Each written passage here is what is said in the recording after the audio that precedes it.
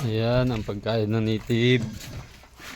Yung katawan ng saging na pinino natin namin, tapos nilagyan ng darak, tapos nilagyan ng molasses.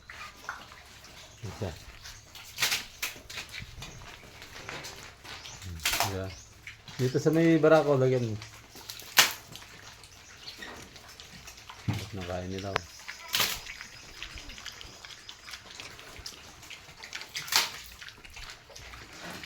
Pero ipipid din natin yun. Nabisi kasi. Kalilibingan ng kapatid ni Bird. Ilang araw din kaming walang tulog na maayos. Ayan, okay na. Tapos na yung ano, diretso na yung pag-aalaga. Yung mga big yan, lakas kumain ng ganyan, oh. Doon, nalagay mo yung barako, ah.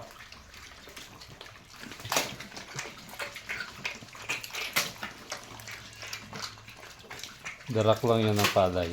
At saka yung katawan ng saging. Tapos nilagyan namin ng molasses.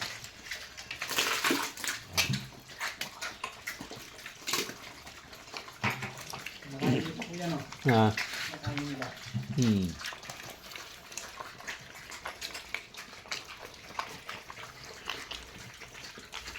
Isang linggo ito, tapos ganun nga naman ito. Dinilat na namin dito, mas mapayat pa yan. Yung bago namin dumating dito na recovery natin. Doon yung mga topa sa kabila. Yan pala isdaan. Yung kambing pumasok sa bahay. Berto. Pumasok doon sa loob.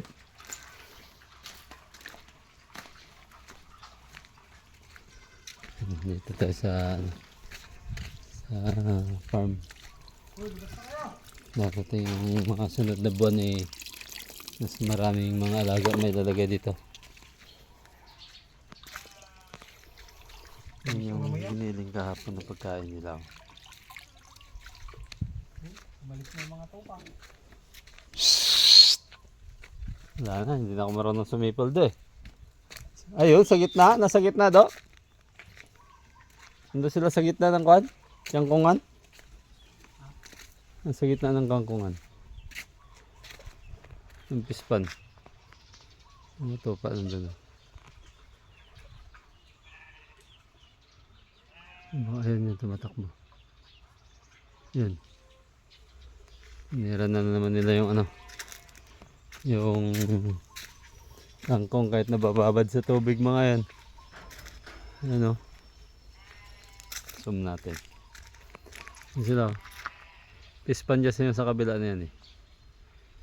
Yan, ayun. Yan sila.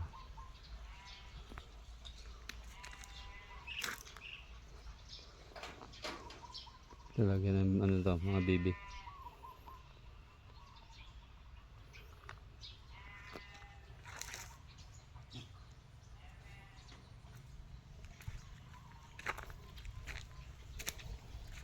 Yung biko.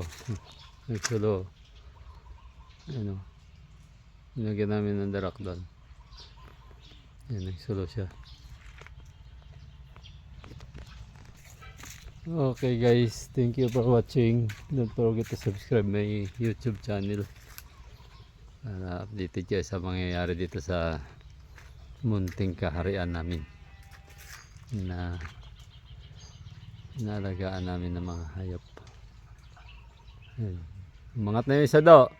Ha? Umangat na. You know.